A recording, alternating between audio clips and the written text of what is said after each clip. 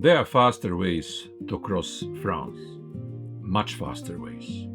But on a motorcycle, getting somewhere isn't always the most important part.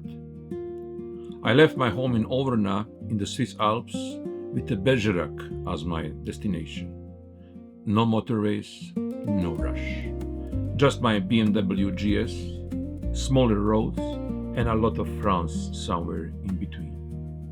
And almost everything you are about to see was captured from one camera mounted on my motorcycle.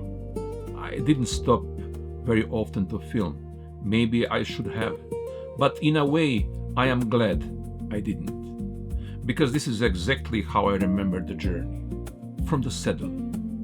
I left Ovronnaz surrounded by familiar mountains and headed toward Chamonix. At the beginning, everything still felt like home. High peaks, mountain roads, cold air. But after Chamonix, France slowly began to change. The mountains started disappearing behind me. The roads became quieter, and I found myself riding through places I'd probably never have discovered if I'd taken the fastest route.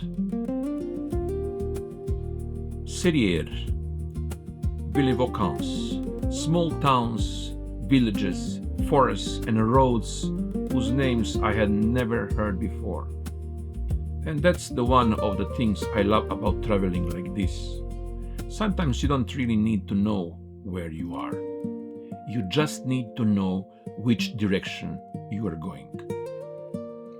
By the end of the first day, after roughly 400 kilometers, I reached Le Puy, and that was enough.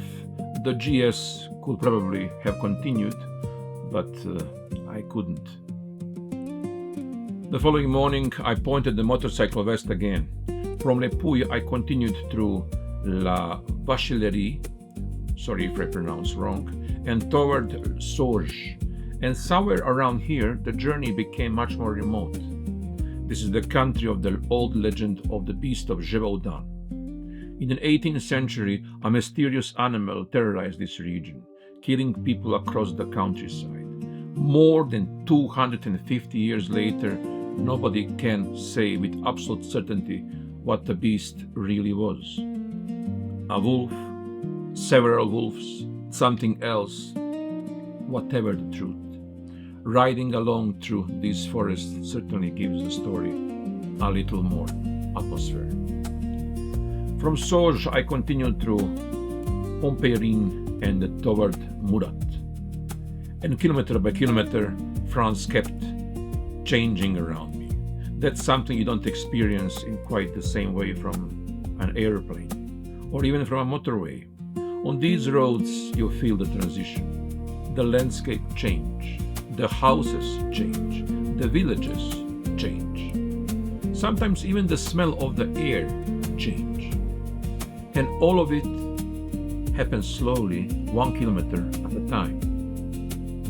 Then came Martel, the Bouges, and eventually the Dordogne. By now, I was a long way from the Alps. The landscape was warmer, the architecture different, and those beautiful old French villages seemed to appear around almost every corner. Some were places I'd planned to pass through, others were simply names on the GPS. And occasionally, the places you know nothing about are the ones you remember most. Finally, Bergerac.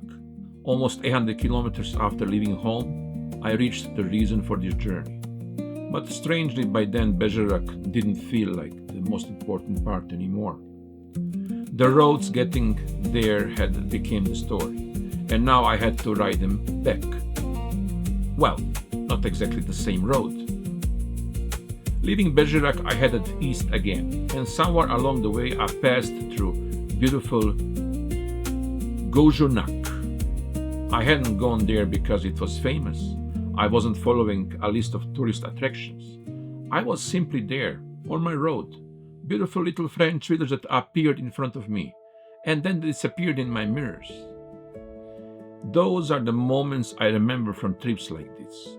Not necessarily the places you're supposed to see, the unexpected ones. Then came Sainte-Enimie and the Gorges du Tarn, and this was one of those roads where you stop thinking about how many kilometers are left. You just ride. Cliffs above you, the river below, the road twisting through the gorge. For a motorcyclist, it doesn't get much better than this. That evening, I reached La Tête de Mule. Another day finished, another part of France behind me, and home was getting closer. But the journey still had one little surprise waiting for me. For most of the trip, I had been just me, the motorcycle and the road. And then almost at the end of it, I met two other riders, Philippe from UK and Ventura from Spain. Three riders from three different countries who hadn't planned to meet, but for the final part of the journey, we shared the same road.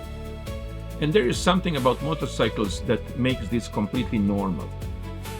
You can meet somebody you never seen before, and 10 minutes later you're riding together as though it had been planned for months.